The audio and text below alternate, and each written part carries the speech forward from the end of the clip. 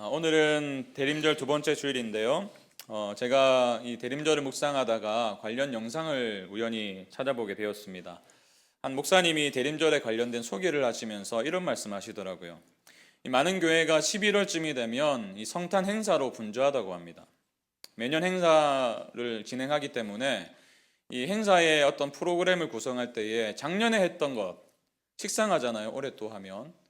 그래서 이 담당하는 교육자들, 부서 사역하는 교육자분들이 고충을 치르고 있대요.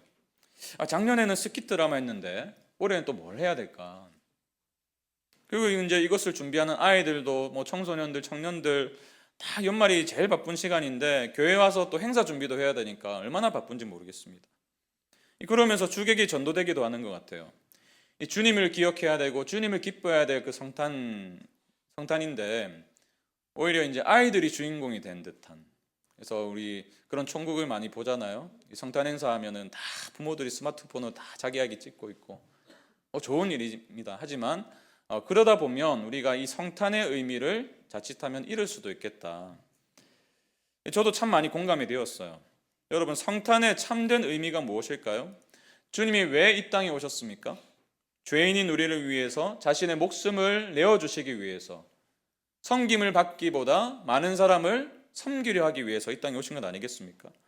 그렇다면 성탄의 진정한 의미는 섬김과 희생이겠죠. 그분의 희생이 있었기 때문에 저와 여러분이 구원을 받았고, 또 그분이 우리를 대신해서 죽으셨기 때문에 우리가 생명을 얻었다. 그 기쁜 소식 때문에 우리가 메리 크리스마스 하면서 기뻐하는 것 아니겠습니까? 그런데 이 본질적인 의미가 얼마나 많이 퇴색되었는지 모르겠어요. 그래서 우리 교회는 매년 성탄이 되면 우리끼리 모여서 즐거워하는 것이 아니라 주님의 섬김을 조금이라도 따라가려고 애를 쓰고 있지 않습니까? 이번에도 성탄 박스로 지역 주민을 섬길 거고요. 또 우리가 작년까지 했지만 어쨌든 온성도 찬양대로 또 광장에서 찬양을 부를 때에 그 찬양의 선포를 통해서 이 지역 가운데 하나님의 나라가 임하기를 꿈꾸는 것 아니겠습니까?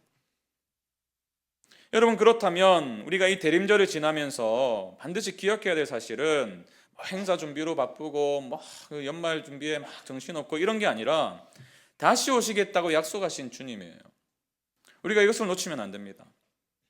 우리는 이 땅에 오신 주님을 기억할 뿐만 아니라 다시 오시겠다 약속하신 주님, 그 약속대로 반드시 오실 주님을 이 대림절 기간에 성탄을 마주하면서 기다려야 된다는 거예요. 우리는 주님이 오실 때에 마침내 완성될 하나님의 나라를 꿈꾸고 있어요. 새로운 세상이 올 것을 믿습니다. 이러한 기다림의 전제가 무엇일까요? 이 세상이 불안정하다는 거예요. 우리가 사는 이 세상에 대한 불만족이에요. 이대로는 안 된다는 인식이 있기 때문에 그날을 꿈꾸는 거잖아요. 이 거룩한 불만족이 우리로 하여금 주님을 기다리게 하고 그분이 오실 날을 갈망하게 만든다는 겁니다. 여러분, 지난 한 주간 뉴스를 보셨나요? 저는 뉴스 볼 때마다요, 참 가슴이 아플 때가 많아요. 한국 사회가 얼마나 분열되고 갈라져 있는지 모르겠습니다. 얼마나 서로를 혐오하고 정죄하는지 몰라요. 강력 범죄에 관한 뉴스는 시간마다 올라오는 것 같고요. 얼마나 폭력이 난무하는지, 얼마나 이 공의가 구부러져 있는지, 기준이 구부러져 있는지, 이 자녀를 키우는 한 부모의 입장에서도 이 아이들이 살아가 이 세상을 보면요, 한숨이 나와요. 멀리 갈 필요도 없습니다. 저와 여러분 자신도 우리가 이 땅을 살아가면서 얼마나 탄식을 많이 합니까? 이 깨어진 세상을 몸으로 부딪혀가면서 얼마나 한숨을 내뱉어요? 억울한 일이 얼마나 많습니까? 가슴 아픈 일도 숱하게 경험하죠. 그러면서 우리의 마음에 이러한 탄식이 종종 흘러나오지 않습니까? 하나님 도대체 어디 계십니까? 하나님이 살아계신다면 세상이 이럴 수 있습니까? 하나님이 다스리신다면서요. 그런데 왜 세상은 아직까지 이 모양 이 꼴입니까? 우리 마음에 강력하게 자리 잡고 있는 소망이 있다면 정의예요. 하나님의 공의, 억울한 것이 해소되고 기울어진 저울이 바르게 작동하는 그날. 제가 이런 면에서 요즘 계시록을 묵상하면서 참 감사한 마음이 듭니다. 요한계시록은요, 저 같은 목회자들에게도 어려운 책이에요. 이 말에 여러분들 위로받으시기 바랍니다. 그래서 다른 본문을 다룰 때보다 훨씬 더 많이 에너지를 쓰고 훨씬 더 많이 시간을 할애하고 있는 것 같아요. 근데 제가 묵상하면 묵상할수록 발견하게 되는 사실은 무엇인지 아세요? 언젠가 주님이 다시 오실 건데 그때가 되면 세상의 모든 불의가 다 그치고 주님이 공의로 모든 세상을 다스리실 날이 온다는 거예요. 그 약속을 계속해서 묵상하게 되는 거예요. 그래서 톰 라이트라는 신학자는 이런 비유를 듭니다. 부패한 깡패들에게 억울하게 땅을 빼앗기고 매일 얻어맞으며 사는 시골 마을 사람들이 있다고 합시다. 어느 날 중앙정부에서 파견한 아주 공정하고 강력한 재판관이 그 마을에 도착했다면 그 재판관의 등장은 마을 사람들에게 공포입니까? 아니면 희망입니까? 억울한 자들에게 공정한 재판관은 두려움이 아니라 유일한 희망입니다. 억울한 자들에게 공정한 재판관은 두려움이 아니라 유일한 희망입니다. 여러분, 이것이 요한계시록이 주는 핵심 메시지예요. 주님은 약속하신 대로 다시 오십니다. 그리고 다시 오셔서 모든 이그러진 것들, 어그러진 것들을 바로 잡으실 거예요. 그래서 우리가 기다리는 거예요. 이 엉망진창이 된 듯한 세상을 바로 잡아주시고 눈물을 닦아주시고 무너진 모든 정의를 다시 세워주실 진정한 왕, 그분을 기다리는 것입니다. 그렇다면 우리가 그날을 바라고 또 그날을 꿈꾸면서 주님을 기다리는 우리는 오늘 하루를 어떻게 살아야 됩니까? 주님이 오시면 다 해결해 주실 거니까 그냥 넋놓고 있으면 됩니까? 그렇지 않습니다. 우리의 기다림은요, 수동적인 기다림이 아니에요. 오히려 굉장히 능동적이고 적극적인 기다림이 되어야 됩니다. 아까 제가 서두에서 소개한 그 영상에서 보니까 그 목사님이 이런 말씀하세요. 우리의 기다림은 수동적인 기다림으로 끝날 수 없습니다. 예수님이 언젠가는 오시겠지라고 기다리는 것이 아니라 오는 세상에 맞추어서 다시 오실 그리스도께 맞추어서 우리를 다듬고 정돈하고 또 준비하는 그런 적극적이고 능동적으로 기다리는 자세를 요청합니다. 그래서 대림절은 그냥 감나무에서 감 떨어지기를 입 벌리고 기다리는 시간이 아니라 우리에게 다가오실 그분을 향해서 우리도 동시에 나아가는 시간이라고 볼 수 있습니다. 참 이 마지막 문장이 인상적인데요. 대림절이 그냥 주님 오시기를 기다리는 시간이 아니라 우리에게 다가오실 그분을 향해서 우리도 동시에 나아가는 시간이다. 여러분, 그렇습니다. 올해 우리가 대림절을 함께 보내면서 우리에게 필요한 것이 뭐죠? 적극적인 기다림, 능동적인 기다림. 다시 말해서 우리의 삶을 다해서 주님께로 나아가는 삶의 태도를 가져야 됩니다. 오늘 우리가 읽은 요한계시록 15장은 마지막 심판의 때를 보여주세요. 그 심판을 통과하면서 승리한 성도들의 모습을 보여주십니다. 그리고 그 모습을 통해서 오늘을 살아가는 우리가 어떤 태도로 살아가야 되는가, 우리가 특별히 성탄을 기다리면서 어떤 태도로 이 성탄을 기다려야 되는가, 어떤 태도로 주님이 다시 오실 그날을 기다리며 살아야 되는가, 그것을 명확하게 보여주고 계세요. 이 시간에 이 말씀을 함께 살펴볼 때에 주님의 다시 오심을 기다리는 신부된 우리가 이 혼탁한 세상 속에서 어떻게 살아야 될지를 하나님의 음성에 귀를 기울이는 복된 시간이 되길 바랍니다. 오늘 본문이 보여주시는 두 가지 원리가 있는데요. 그 중에 첫 번째 태도는 이것입니다. 주님을 기다리는 삶의 태도는 무엇인가? 첫 번째는 세상적 가치관에서 벗어나기예요. 세상적 가치관에서 벗어나기. 2절을 보세요. 또 내가 보니 불이 섞인 유리바다 같은 것이 있고 짐승과 그의 우상과 그의 이름의 수를 이기고 벗어난 자들이 유리바다 가에 서서 하나님의 검은고를 가지고. 하나님이 지금 요한에게 보여주시는 그림이 무엇이죠? 승리한 성도들이에요. 여기서 나오는 이 불이 섞인 유리바다, 이거는요 심판 가운데서 구원받았다는 그것을 상징합니다. 불이 섞여 있다는 것은 심판을 의미해요. 거기서 구원받았어요.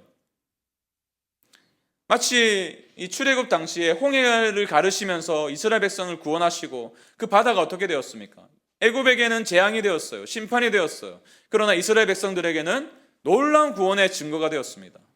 지금 그 생각을 떠올리시면 돼요. 그 내용을 떠올리시면 돼요.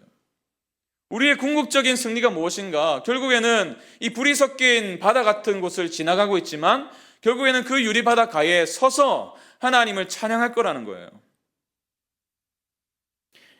본문의 표현을 빌려서 말하면 오늘 이 승리한 성도들, 이것을 묘사하고 있는 표현을 보세요. 짐승과 그의 우상과 그의 이름의 수를 이기고 벗어난 자들이다. 여기서 이제 이기다라는 말이 무슨 뜻일까요? 우리가 이제 흔히 이기다 하면 뭐 누군가를 때려 눕히고 그 위에 올라서는 것을 생각하는데, 뭐 우리가 사는 세상이 말하는 승리라는 게 보통 이런 거지 않습니까? 경쟁해서 치열하게 경쟁해서 이기고 승리하고 남들보다 더 높이 올라가고 더 많이 가지고 제압을 해서. 근데 우리가 가지게 될 궁극적인 승리는 이런 개념이 아니에요. 제가 이전에 이 이기고 벗어난 자들 이 원어를 보니까요. 이것이 무슨 뜻인가 하면 무엇으로부터 빠져나와서 승리한 자들이라는 뜻이에요. 그러니까 이 말을 표현을 빌리자면 벗어남으로 승리한 자들이에요. 벗어남으로 승리한 자들. 무슨 말인가요? 이 성도의 승리는 무엇인가? 악한 세력과 맞서 싸워서 쟁취하고 이기고 싸워가지고 눕히고 뭐 그런 승리가 아니라 사단이 만들어 놓은 이 세상의 시스템, 이 세상의 가치관, 거기서 빠져나옴으로 승리하는 거래요. 벗어남으로 승리하는 것. 다시 말해서 거룩하게 구별됨으로 승리하는 것. 이것이 진정한 영적인 승리라는 것입니다. 우리가 묵상하면서 큐티 묵상하면서 살펴보았겠지만 요한계시록 13장에 보시면요. 짐승이 나와요. 사탄이죠. 근데 사람들에게 표를 줍니다. 그리고 이 표를 가진 자들만 매매하게 해요. 사고파는 행위를 할 수 있게 만드는 거죠. 무슨 말이에요? 밥줄을 끊겠다는 거예요. 다시 말해서 이 세상에 가지고 있는 시스템의 본질이 무엇입니까? 이 돈이 최고다. 성공하려면 양심이 것이나 이거 다 팔아라. 남들처럼 살아라. 편법을 가지고라도 네가 원하는 것을 가져야 된다. 이것이 이제 이 시대의 메시지고 이 사단의 핵심 전략 아니겠습니까? 이러면서 이 계시록의 말씀이 얼마나 우리의 삶에 맞닿아 있는지 몰라요. 남의 얘기가 아니에요. 우리가 살아가는 오늘의 이야기입니다. 현실 세계의 일이에요. 우리가 살아가는 이 세상이요 얼마나 집요하게 우리의 숨통을 조여오나 모르겠습니다. 우리가 오늘 이 예배당에서는 이렇게 말씀을 듣고 하나님의 가치관을 배우는데요. 당장 내일부터 여러분의 일터에서, 가정에서, 또 만나는 관계 속에서 어떤 메시지를 듣습니까? 남들보다 못 보면 성공한 인생이 아니라고 말하잖아요. 너무나 이게 교묘해가지고 우리가요 자칫 잘못하면 신앙이라는 이름으로 우리가 얼마나 이 메시지를 동조할 수 있는가 모르겠어요.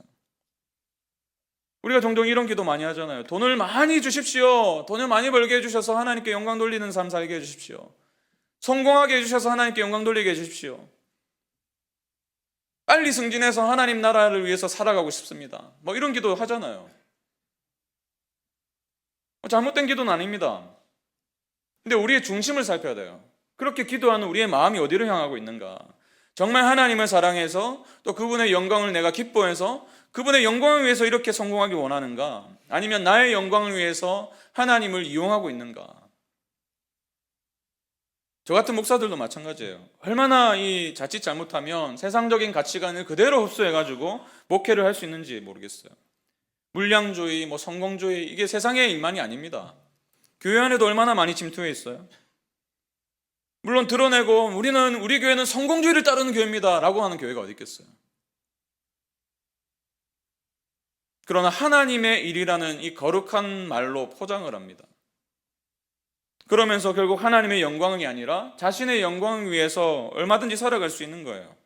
여러분 저도 예외가 아닙니다. 저도 넉넉고 있으면요 종종 이런 마음이 찾아와요. 제 안에 이런 바람이 있더라고요. 매주 새가족이 좀 몰려왔으면 좋겠고 제가 새가족 꼭 뵐 때마다 죄송해요. 일은 드렸는데 일이 별로 없으니까요.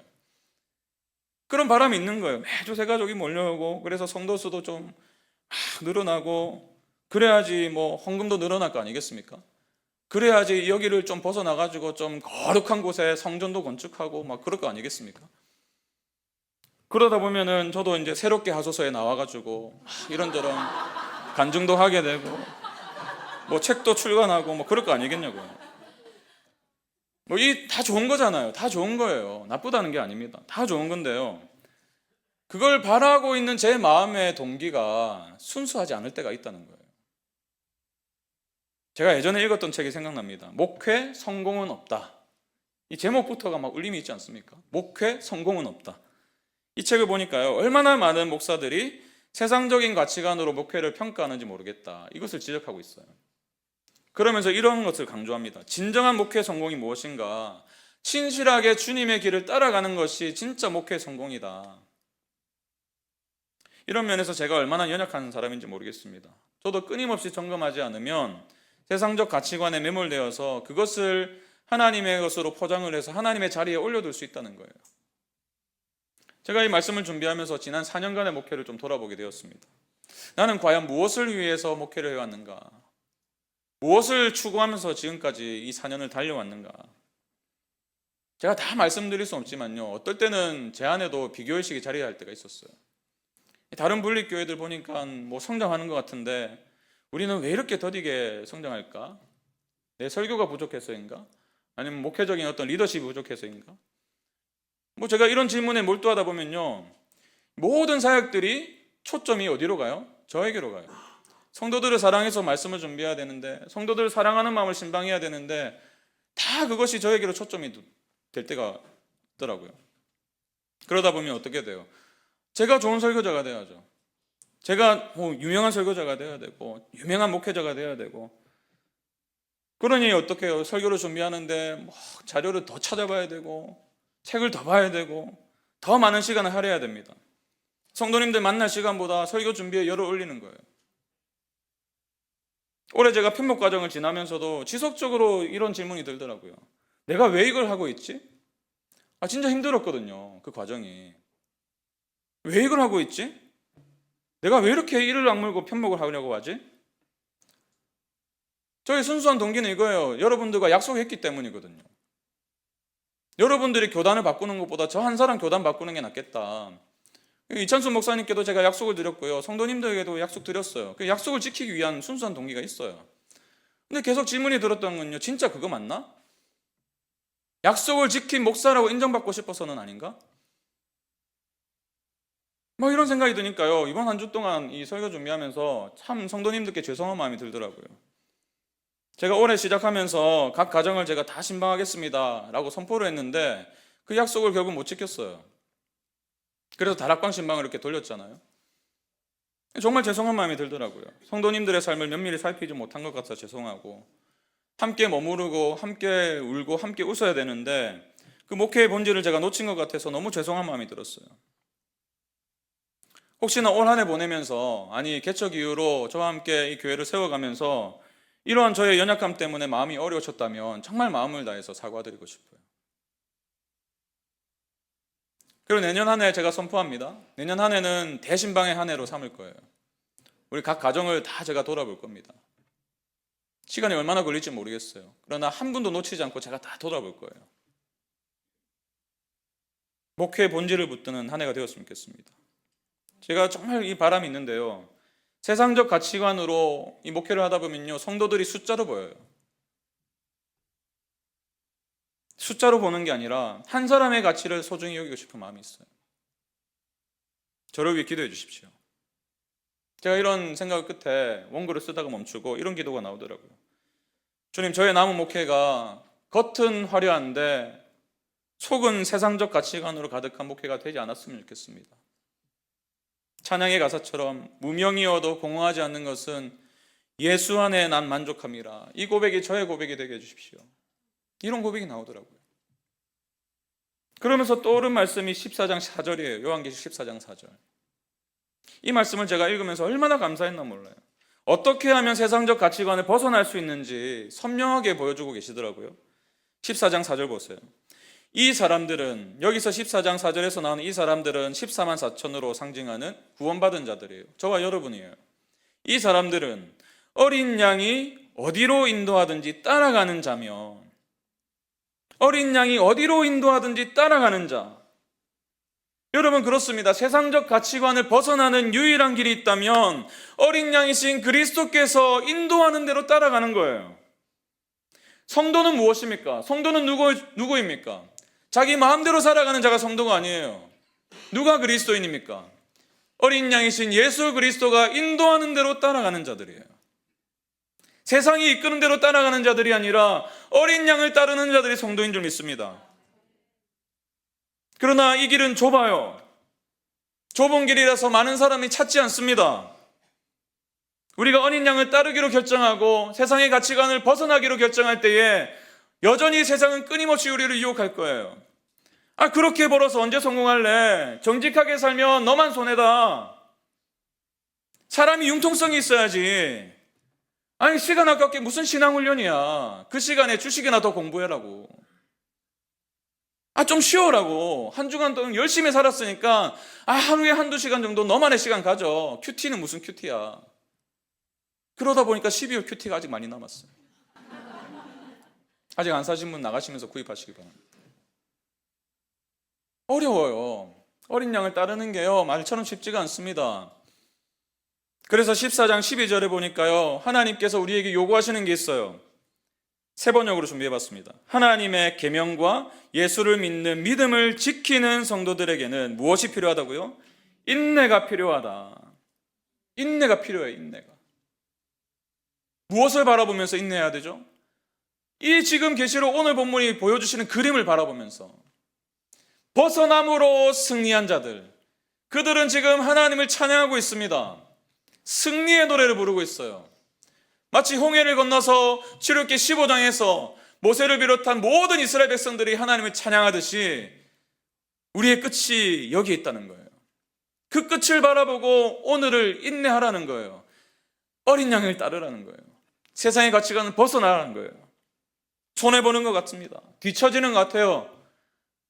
그러나 어린 양이 가신 그 길을 묵묵히 따라가는 것, 그것이 다시 오실 주님을 기다리는 마땅한 성도들의 태도인 줄로 믿습니다. 우리 여러분 각 사람이 그러한 삶을 살아가시면 좋겠고요. 저도 마찬가지고 우리 교회가 그것을 추구하는 교회가 되었으면 좋겠습니다. 아멘? 그런가 하면 주님을 기다리는 삶의 태도 두 번째는 무엇입니까? 주님의 의로우심을 갈망하기예요. 주님의 의로우심을 갈망하기. 우리가 세상의 방식에서 벗어나서 주님을 따르다 보면요, 반드시 찾아오는 게 있어요. 억울한 일이에요. 애매한 고난입니다. 정직하게 살려고 노력해보세요, 여러분. 손해를 감수해야 될 때가 많을걸요?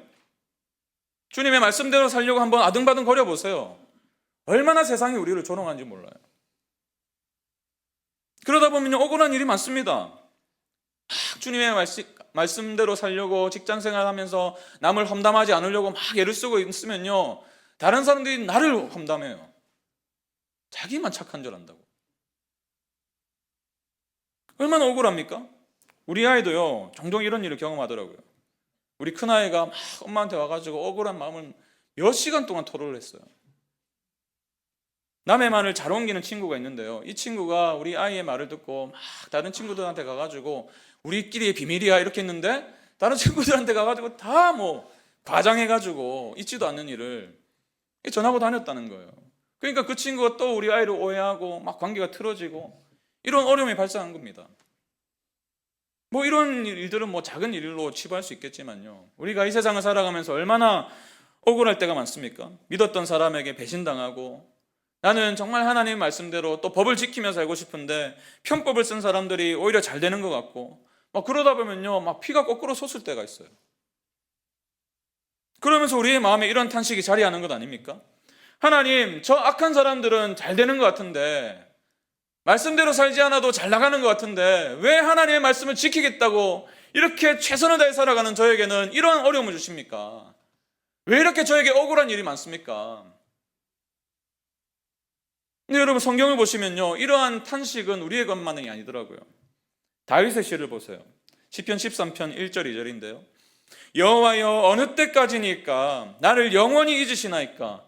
주의 얼굴을 나에게서 어느 때까지 숨기시겠나이까? 나의 영혼이 번민하고 종일토록 마음에 근심하기를 어느 때까지 하오며 내 원수가 나를 치며 자랑하기를 어느 때까지 하리이까? 하나님이 계시지 않는 것 같고, 하나님이 공의로 다스리신다고 성경에 기록되어 있는데 전혀 공의가 보이지 않고 여전히 침묵하시는 것처럼 여겨질 때, 그러다 보면 어떤 마음이 들어요? 내가 심판하고 싶어져요. 내가 하나님의 자리에 오르고 싶어져요. 그래서 내가 판단하고, 내가 선과 악을 구별하고, 내가 정죄하고, 내가 심판하고, 내가 미워하고. 그러나 오늘 본문 3절 4절을 보십시오. 이 구원받은 성도들이 무슨 찬양을 하고 있는지 보세요. 주 하나님 곧 전능하신 이시여 하시는 일이 크고 놀라우시도다. 만국의 왕이시여 주의 길이 의롭고 참되시도다. 주의 의로우신 일이 나타났음에 만국이 와서 주께 경배하리다 하더라. 주의 길이 의롭고 참되시도다. 주의 의로우신 일이 나타났음에, 그 험한 세월을 이기고 그 모든 숱한 고난과 억울함들을 이기고 승리한 성도들이 지금 무슨 가사를 부르고 있습니까? 주의 길이 의롭습니다. 주님이 의로우십니다. 무슨 말이죠? 여기에 보면요, 이 가사에 보면요, 내가 옳았습니다. 그때 내 판단이 옳았습니다. 내가 정죄하는 게 마땅했습니다. 그런 가사는 찾아볼 수가 없어요. 하나님이 의로우십니다. 하나님이 옳으십니다. 이 땅에서는 도저히 이해할 수 없는 억울함이 있었어요. 악인이 잘 되는 것 같아서 배가 아플 때도 많았어요. 하나님이 침묵하시는 것 같아서 너무나 답답했습니다. 그러나 주님이 약속대로 오셔서 모든 불의를 심판하셨어요. 우리가 계시록을 통해서 그것을 보고 있지 않습니까? 모든 악의 세력을 진멸하십니다. 침묵하시는 분이 아니세요. 오랫동안 참아오신 거예요. 하나님은 지금도 세상의 불의에 눈을 감고 계시지 않습니다. 다 보고 계세요. 다 아세요. 공의로 심판하실 그때를 기다리고 계신 거예요. 여러분, 이것이 우리의 미래라면, 우리도 이 찬양에 합류하게 될 주님의 성도들이라면 우리가 이 땅을 살아가면서 어떤 마음으로 살아가야 됩니까? 그분이 오실 것을 기다리면서, 주님이 의로심을 나타내실 그날을 기다리면서 내 모든 억울함을 아시고 내가 당한 숱한 애매한 고난들을 다 아시고 그로 인해서 남몰래 흘렸던 그 눈물도 다 아시는 그 주님을 신뢰하면서 우리의 심판권을 내어드려야 돼요. 맡겨드려야 돼요. 이것이 주님을 기다리는 우리의 태도여야 되는 것입니다. 우리는 공의로 세상을 심판하실 심판의 주로 오실 주님을 기다리고 있는 줄 믿습니다. 여러분, 이 믿음의 고백은요, 나는 심판주가 아니라는 고백도 포함하고 있는 거예요. 근데 왜 우리는 자꾸만 내가 하나님의 자리에 앉으려고 합니까? 왜 내가 판단하고 정죄하고 내가 복수하고? 주님의 의를 믿으십시오. 주님의 공의를 신뢰하십시오. 그래서 미로슬라브 볼프라는 신학자는 이렇게 말했어요. 우리가 보복하지 않고 참을 수 있는 이유는 하나님이 반드시 정의롭게 심판하실 것을 믿기 때문이다. 누가 심판하신다고요? 하나님이 반드시 정의롭게 심판하실 것을 믿기 때문에 오늘의 복수를, 오늘의 미움을 그분께 맡겨드릴 수 있는 거예요. 제가 지난 월요일에 참 귀한 분들을 만나고 왔습니다. 그분들이 식사 초청을 하셔서 갔다 왔는데요. 제가 한번 소개한 적이 있어요. 이번에 선교사 파송을 앞두고 훈련원에 계시거든요. 이 부부가 누구시냐면 영안교회에서 이 순장 사역을 20년 이상 하신 분들이에요.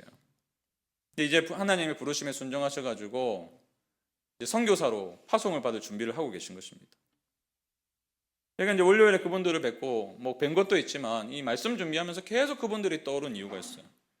이분들은 정말 이 주님의 의로심을 갈망하는 삶을 사셨거든요. 그래서 계속 그분들이 떠오르는 거예요. 제가 한번 말씀드린 적이 있는데요. 이 두 분이 이 큰아들을 먼저 천국에 떠나보내신 분들이에요.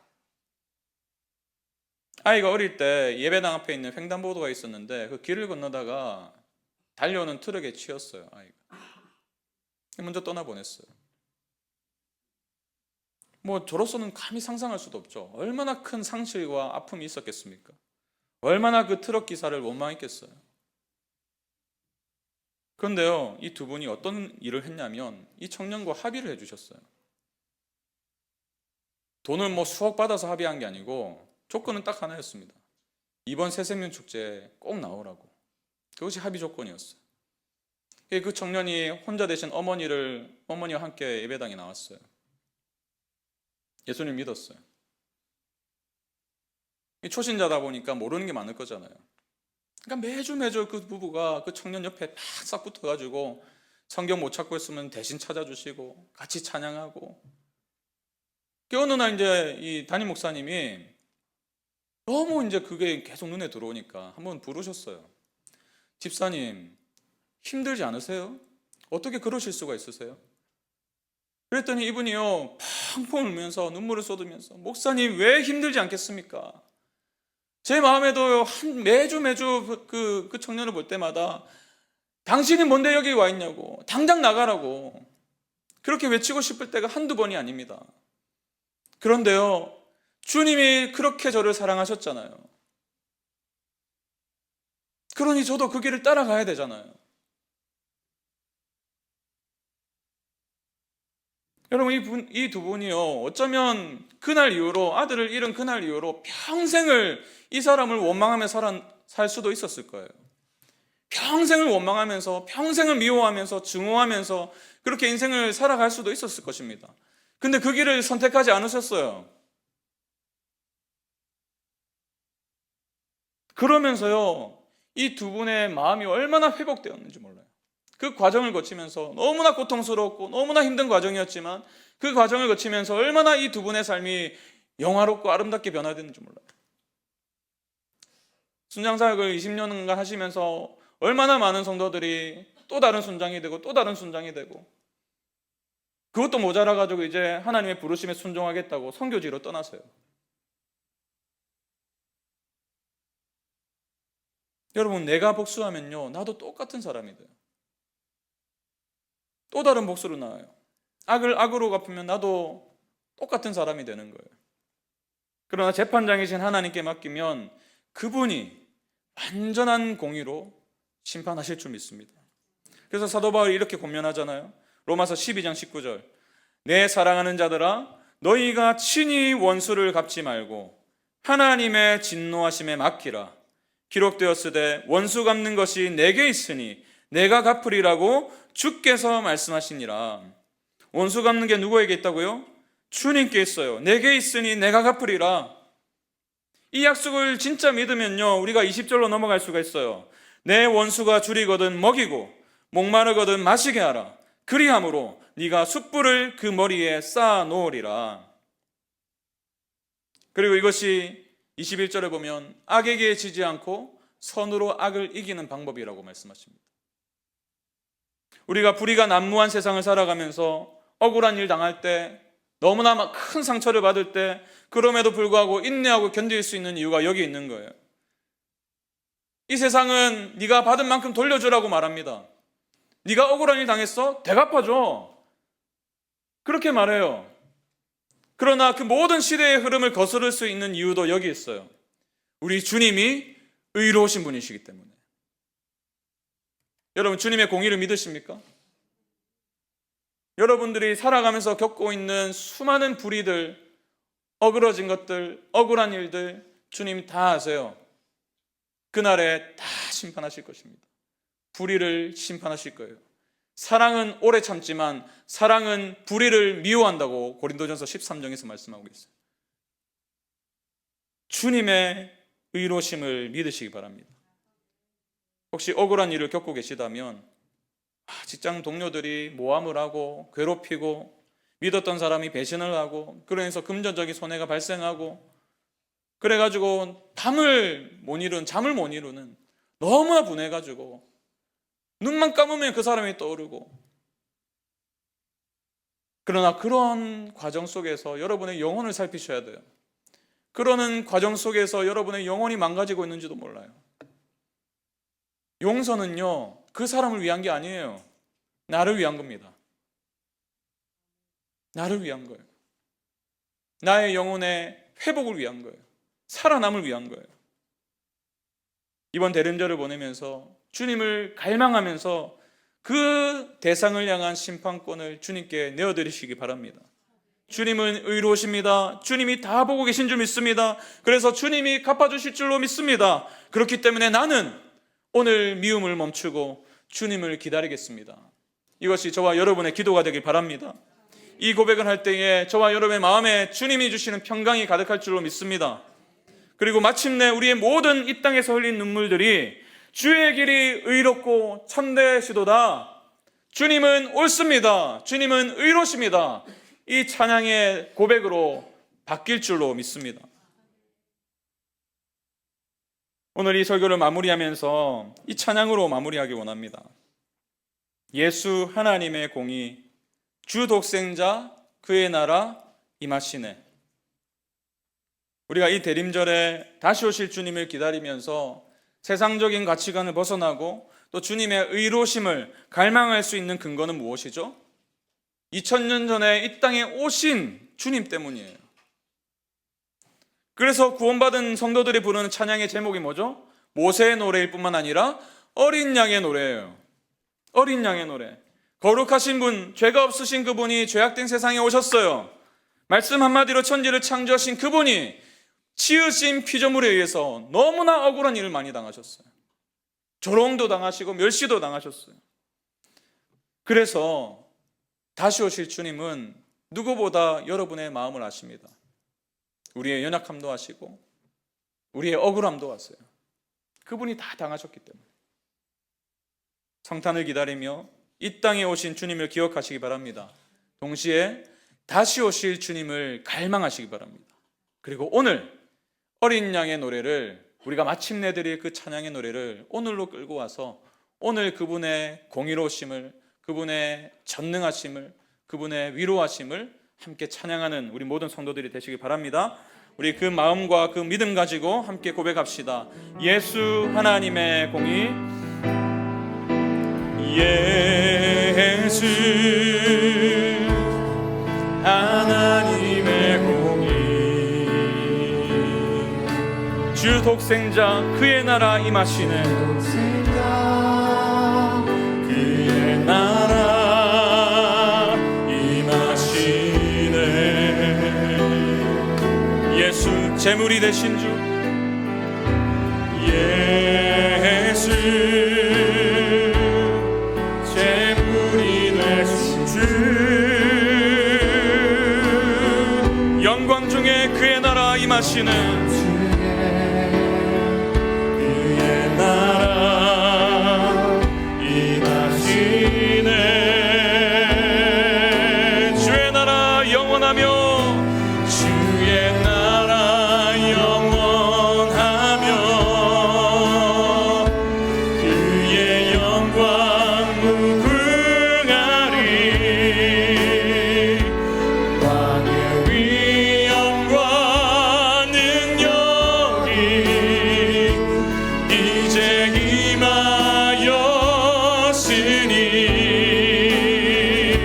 주의 주권과 주의 통치와 주의 나라 힘과 권세 임하네.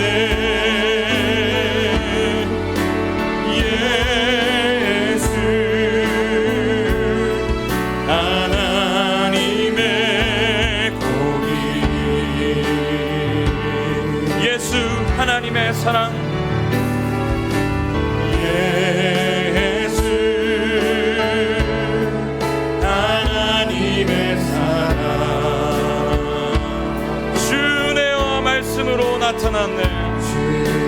주내와 말씀으로 이 땅에 겸손히 임하신 주님, 마침내 다시 오실 주님을 기다립니다. 예수 거룩한 하나님, 예수 거룩한 하나님, 영광 중에 다시 오실 주님, 영광 중에 그의 나라, 그 나라는 어떤 나라입니까? 공의로 세상을 다스리십니다. 하나님의 의로 세상을 다스리십니다. 주의 나라 영원하며, 그의 영광 무궁하리. 왕의 위엄과 능력이 이제 임하였으니, 선포합니다. 주의 주권과 주의 통치와 주의 나라 힘과 권세 임하네.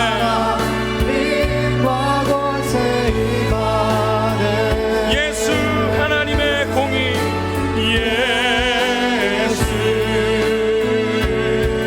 하나님의 공의, 주의 나라 영원하며, 주의 나라 영원하며, 그의 영광 무궁하리. 왕의 위엄과 능력이 이제 임하. 우리 자리에서 함께 일어나셔서 주의 주권과 주의 주권과 통치와 주의 나라 힘과 권세 임하네. 예수 하나님의 복이.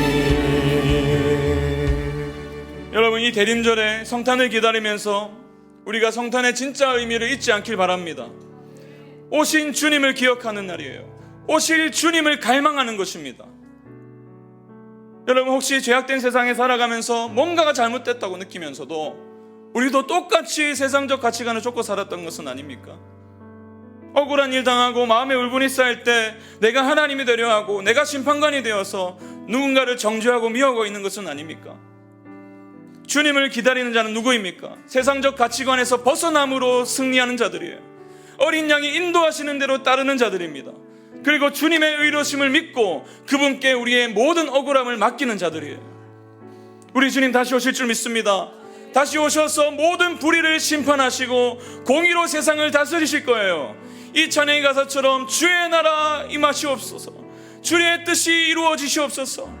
내 삶 가운데 임하여 주셔서 하나님의 공의를 바라보며 그 거룩하신 어린 양을 따르는 인생 살아갈 수 있도록 인도하여 주시옵소서. 우리 함께 주님 바라보며 기도로 나아가시겠습니다. 아버지, 그렇습니다. 하나님, 우리의 삶에 하나님 이 세상이 어그러지고 깨어지고 폭력이 난무하고 공의가 무너진 것 같은 이 세상을 살아가면서 하나님, 우리도 똑같이 그 삶에 편승하고 있는 것은 아닌지 돌아봅니다. 오늘 주님의 이 말씀을 하나님 우리의 마음에 가슴팍에 새기기 원합니다. 하나님이 이 계시록을 통해서 보여주신 이 그림이 하나님 우리의 소망이 되길 원합니다. 하나님, 벗어남으로 승리하게 하여 주시옵소서. 거룩함을 지킴으로 승리하게 하여 주시옵소서. 세상을 따르지 않고 어린 양이 인도하시는 대로 따르는 인생이 될 수 있도록 도와주시옵소서. 그래서 주님, 세상적인 가치관을 하나님의 것으로 포장하는 인생이 아니라 하나님 오히려 세상의 가치관을 따르지 않고 하나님의 거룩하신 말씀대로 살아가 하나님의 가치를 드러내는 삶을 살아갈 수 있도록 인도하여 주시옵소서. 하나님, 이 세상을 살아가면서 주를 따르다 보면 겪게 되는 억울함이 있습니다. 주의 말씀대로 살다 보니 너무나 세상이 따돌리고 하나님 외톨이처럼 느껴질 때도 있고 나 혼자 이 길을 걸어가는 것처럼 느껴질 때도 있지만 오늘 주님 이 말씀을 통해서 위로를 얻습니다. 주님께 맡겨드리는 인생 될 수 있도록 도와주시옵소서. 주님이 의로우십니다. 주님이 공의로우십니다. 주님이 행하신 일이 옳습니다라고 고백하며 하나님, 우리가 하나님의 자리에 오르지 않고 모든 재판권을 주님께 내어드릴 수 있도록 인도하여 주시옵소서. 그래서 주님, 억울한 일 당할 때마다 주님께로 달려가는 인생 될 수 있도록 도와주시오. 주님께로 토로하는 인생이 될 수 있도록 도와주시옵소서.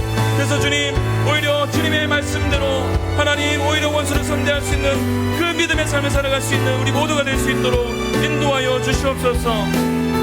우리 다시 한 번 더 믿음으로 선포합니다. 주의 나라 영원하며, 주의 나라 영원하며 그의 영광 무궁하리. 왕의 위엄과 능력이 이제 임하였으니 주의 주권과 주의 통치와 주의 나라 힘과 권세 임하네. 선포합니다. 예수 하나님의 공의, 예수 하나님의 공의, 주님의 나라와 뜻이 나의 삶 속에 임하시며 주님 알기를 주만 보기를 소망해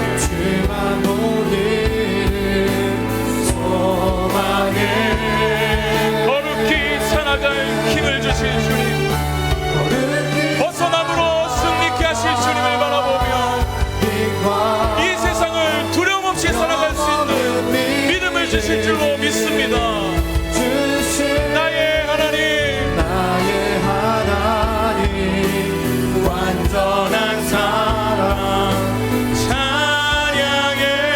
주님의 나라와 뜻이, 주님의 나라와 뜻이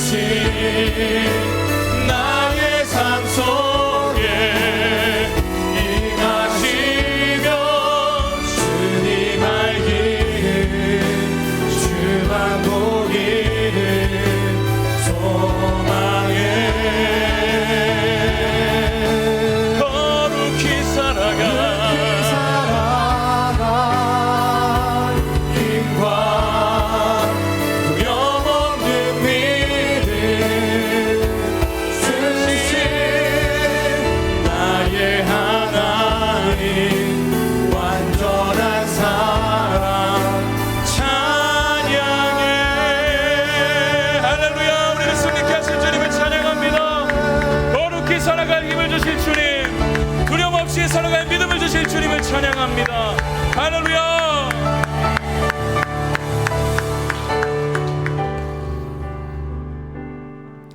주님, 우리가 요한계시록을 묵상하면서 주님의 마음을 알길 원합니다. 이미 예수 그리스도를 믿는 믿음 안에서 우리를 건져내어 주셨기 때문에 요한계시록에서 그리고 있는 이 성도들의 그림이 우리의 현실인 줄로 믿습니다. 이 그림을 우리의 마음에 새기게 하여 주시고 이 믿음으로 오늘 하루를 인내하며 살아갈 수 있도록 도와주시옵소서. 승리한 자들의 특징이 벗어남으로 이긴 것이라면 오늘 우리의 삶이 똑같은 어린 양을 따르는 자들이 되길 원합니다. 그래서 주님이 인도하심에 따라서 순종하고 발걸음을 옮기며 벗어남으로 승리하는 인생 되게 하여 주시옵소서. 그러다 보면 억울한 일도 당하고 눈물도 흘리겠지만 하나님 그 속에서도 절망하지 않고 여전히 믿음 가지고 살아갈 수 있도록 도와주셔서, 그리고 모든 억울함을 다 하시는 주님께 우리의 모든 것들을 맡겨드림으로 인해서 내가 하나님이 되지 않고 내가 재판관이 되지 않고 주님의 공의를 기다리며 기대하는 갈망하는 우리의 삶이 되게 해 주시옵소서. 그로 인해서 오늘 주님 주신 평강을 가지고 주님 주신 믿음 가운데 그리스도를 따르는 성도와 교회가 되게 하여 주시옵소서. 이제는 우리 주 예수 그리스도의 은혜와 하나님의 사랑과 성령 하나님의 인도하심이 대림절을 보내며 오실 주님을 기다리는 우리 모두가 어린 양의 노래를 부르게 될 존재라는 것을 인식하고 세상적 가치관을 벗어남으로 승리하며 주님의 의로심을 갈망함으로 심판자의 자리에서 내려오기로 결정하는 기쁨이 된 교회 모든 성도들의 인생 가운데 이제부터 영원까지 함께 하시기를 간절히 축원하옵나이다. 아멘.